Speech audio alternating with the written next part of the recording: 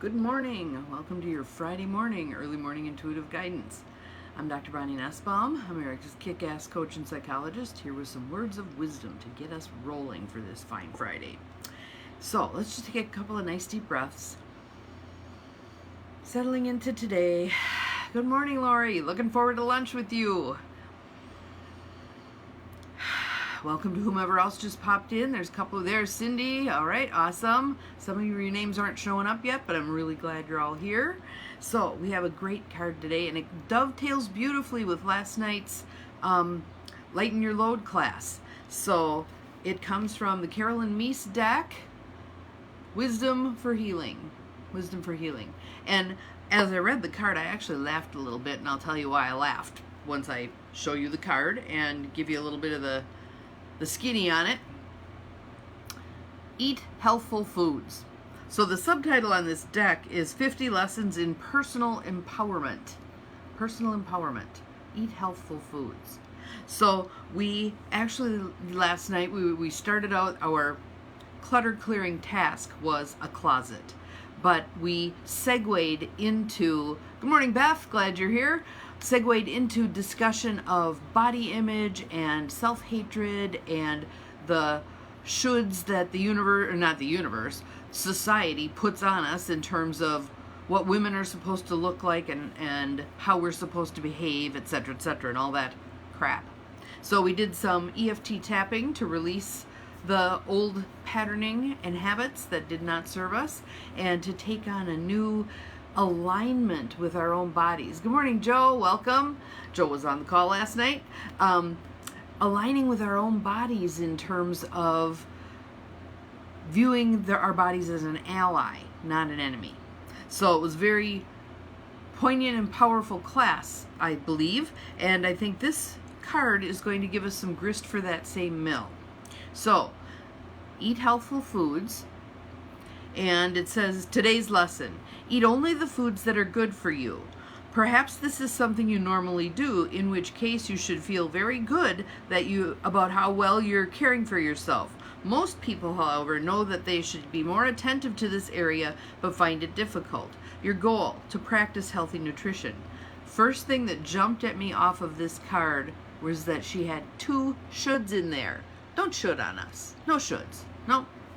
And I want to go back and pick apart some of this stuff so that hopefully you can ventilate your perspective on this stuff, because we know that the diet industry makes a fortune off of people struggling with this area, and that the research shows only 2% maintain a 5-pound weight loss for 5 years using dieting methods. Any other area of our life, if I told you, well, yes, pay me thousands of dollars, hundreds of dollars, whatever, and I'll give you a 2% chance of being successful, would you take that bet? No, absolutely not. We're so desperate to fix this problem that we're willing to pour multiple billions of dollars a year into something that has a 2% chance of working. That is crap. That is stupid. That is desperate. All right? So let's just change this all up, okay? There are some wonderful books that I think hit this much more on the head. There's an old book called Diets Still Don't Work. I love that one. And there's another one I've been trying to think, I think it's either Health at Every Size or Healthy at Every Size. And they do a great job of shredding this whole diet industry thing and telling you who's in whose back pocket and why fat shaming is totally useless in terms of trying to support people in making changes, etc., etc. So let's go back here. Eat only the foods that are good for you. Who gets to decide that? Who gets to decide that? What may feel good for one person may not feel good for another person. One person's body loves grains and thrives on them. Another person's body rejects grains and gets very sick. We can't do this rubber stamp approach of here's the perfect diet for you, blah, blah. We need to individualize it. We need to figure out what works for us. In general, I would say the more you can eat organic, the better off you're going to be. But not everybody can do that, and not everybody has access to that. Do your best. Do what you can. If you can grow some food for yourself, fabulous. If you can, I think a more important thing is, and this comes out of the Diet Still Don't Work book, the rules there are eat only when you're hungry. And that doesn't mean wait until you're famished. When you're starting to notice you're a little bit hungry, that's the time to have something, because you have much more control at that point. If you wait until you're ready to eat the paint off the walls, all hell's going to break loose. So eat when you're a little bit hungry. Stop when you're no longer hungry. Not stop when you're full or overfull, because it takes time for your brain to register satiety. Okay, I'm done now. I'm satiated. The other step that I think is really helpful is pay attention to what you're eating. I talked about an experiment I did with a group of women that I was working with who had a variety of eating disorders. And I had them bring their favorite food. Now, the people who were struggling with anorexia had a hard time doing that, but they managed. They brought something. One woman showed up with a box of 30 chicken wings. And she said, I can polish this off in about 5 minutes. I'll guarantee you she was not present when she did that. So what I had her do, what I had them all do, what we all did, because I was participating also, we held that food. We had a conversation with that food. We thanked it for providing sustenance for our body. We smelled it. I had them close their eyes. If you smelled this item without being able to see it, what color would you think it was? How does the temperature feel to your hands as you hold it? I mean, really engaging with the food. By the end of the time that we had worked with the food, played with the food, the woman had eaten 3 chicken wings. She was completely satisfied, and she threw the rest away. When we pay attention to our food, what we're eating, when we're present, it makes a huge difference, So eat when you're a little bit hungry. Stop when you're no longer hungry. Eat exactly what you're hungry for. Don't make something off limits. If you do that, all that's going to do is create scarcity thinking and make you want that thing even more. So I'll give you an example. Let's say I wanted a donut, and I'm like, no, I can't have a donut.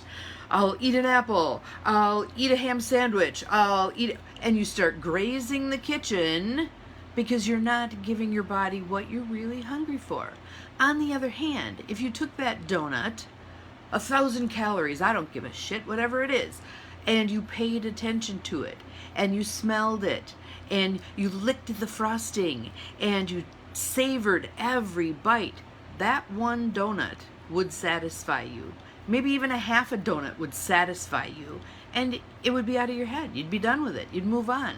Now I think I'm hungry for an apple, whatever it is. But when we deny ourselves something, it sets us up. And some of you are going to go, yeah, but if I'm diabetic, if I'm this, if I'm that. Again, if you are paying attention to the food, you will find that you consume much less. And that some of those things, like I'll admit, I'm a recovering bacon, egg, and cheese biscuit fanatic. When I began paying attention to the eating of that particular item, I found it didn't taste as good as I thought it did, and B, I could have a couple of bites and be satisfied, be done with it. But again, not making stuff off limits, okay? So, some people, I mean, we all get these here's what you gotta do. You gotta eat little meals throughout the day, or you gotta only eat at this time and nothing after this time, or you only eat this in the morning and this in the afternoon. All that complicated stuff, right? But again, it has to be what works for you. When are you hungry? When are you a little bit hungry? Have a little something. If you find you're one of those people who has the borderline blood sugar thing and you feel cruddy in the morning, then yes, make sure you have a little protein, whatever. This can be a reasonable, well thought out process. Shop the perimeter of the store. If it's square food, it's probably not all that great for you. But again, notice that it's not this intensity of, oh my God, you got to do this. Don't work yourself up into a frenzy about this stuff. Be reasonable. Be reasonable, be kind and loving to your body. The process that I've talked about a couple of times on here that we're using extensively in the class is holding an item, exchanging energy with that item. So putting your energy into it. Let's say I'm holding an apple. Put my energy into this apple. I receive energy from this apple. I pay attention to what happens to my own energy. Does it go up? Does it go down? Does it stay the same? If I gave this apple a voice, what would it tell me? Working through this process of, okay, is this really in my highest and best good to eat this? Once I eat it, paying attention to how do I feel? Like for me with the donut, if I eat the donut, I'm probably not going to feel real good afterwards. I may not. If I eat it knowingly, awaringly, there we go, there's a word, with awareness, then I'm probably more likely to be paying attention to how does my body feel after I consume this, okay?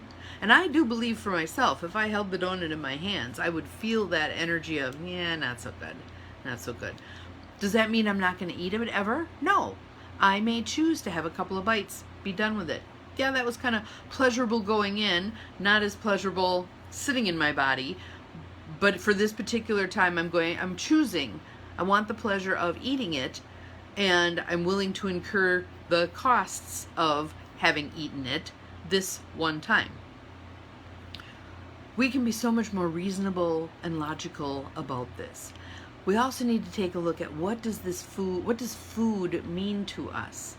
Some of us were trained from little on, don't eat so much. I, on the other hand, was scrawny, and the rule was clean your plate. You know, if you take it, you eat it, blah, blah, blah. And there were often, I was that kid in school who had 10 cartons of milk sitting in my desk because they were too damn big for a little kid to be able to drink all that. So my desk always smelled like spoiled milk. Again, let's be reasonable about this stuff, and let's step away from the judging of other people's bodies and the judging of our own bodies. This beautiful vehicle that moves us around the earth. There was a description, one of the Jungian analysts talked about the pelvic bowl as this bowl that you've walked around with your whole existence here. And that was such a great way to think about my pelvis. But think about your body. What do? You stand in front of the mirror, if you even look in the mirror, and you pick it apart. Well, I don't like this, and I don't like that, and that's not the way it was when I was 18, and that never has looked good, and blah, blah, blah, blah, blah. Package deal. Package deal. Look at your body as a whole. Good morning, Terry. Glad you're here. Look at your body as a whole. Appreciate what your body does. My stomach is not what it was when it was 18. What do I think about my stomach? I love my stomach because it held my babies and they stretched the crap out of me, and I don't care. Would I swap a flat stomach for not having my children? Hell no. Hell no. So it is what it is. And notice that the rules for women's bodies seem to be different than the rules for men's bodies. And who feels like they have the right to sit in criticism of someone else's body? That always blows my mind. Who do you think you are to make comments on my body? This is not yours. This is not yours to pontificate about. And I don't need your suggestions, and thank you very much. Bye now. So, your body. What would help you love on your body? To be a friend to your body. Like, again, we're not meant to be pitted against our own flesh. We're meant to align with it. This is my loving vessel. This is divinely provided. I appreciate what this body does for me. I feel sad for the things that have happened to this body that weren't good. I love my body. I take care of my body, etc., etc. So we did tapping last night on that. It was awesome. But again, there's so much here. Start gently. Start gently. I don't want people making a complete overhaul in what they're eating, what they're wearing, what they're saying about their body. Begin small. It's far more sustainable if you do one thing. And I like to have people start by adding something in. I like to have them add in drinking more water. And those of you that went, ew, then eat more fruit so that there's more water coming in. But do something kind and loving for your body. Start there. Start there. It might be, I'm going to walk out to the mailbox and back. I haven't done that in months. You let someone else go get the mail. Loving movement. Loving movement. If the word exercise has become a swear word, let go of it. Loving movement. I'm going to move my body more. I'm going to sit and wiggle for a bit. I'm going to stretch some. I'm going to do a few yoga poses. Good enough. Lovely. Lovely. Your body did not get to this point where it is overnight. It's not going to feel better overnight. It can feel a whole lot better day by day by day by day.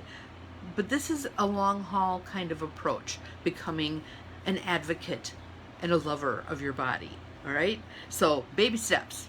So again, today's lesson is eat healthful foods. And what constitutes healthful for you is going to be different than what constitutes healthful for me. And again, we want it to be this more practical, pragmatic approach to what we choose to eat. And we want to be as mindful of what we're eating on the last bite of it as we are on the first bite of it. Pay attention. Don't be watching TV and eating. Don't be scrolling through your phone and eating. Be present for the food. Smell it, touch it, move the plate around, feel it, notice its temperature, put it in your mouth, chew sufficiently. Really be present for your food. It'll make a huge difference. So, know that I know that some of you are probably triggered all over hell right now. Don't worry about it. Again, kind and loving baby steps. That's where we go with this thing. All right?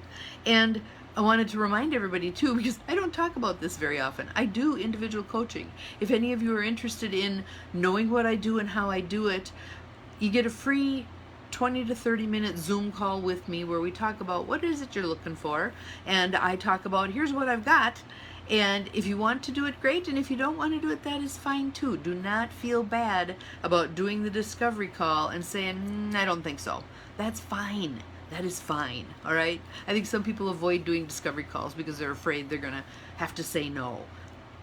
No's an acceptable response. No's a complete sentence. It's all good. All right. Have an awesome day. Be mindful of your body and your thoughts about your body and the food that you put in your body and how much water you consume and whether you move with loving movements, etc. today. You're capable of far more than you think you are. Bye-bye.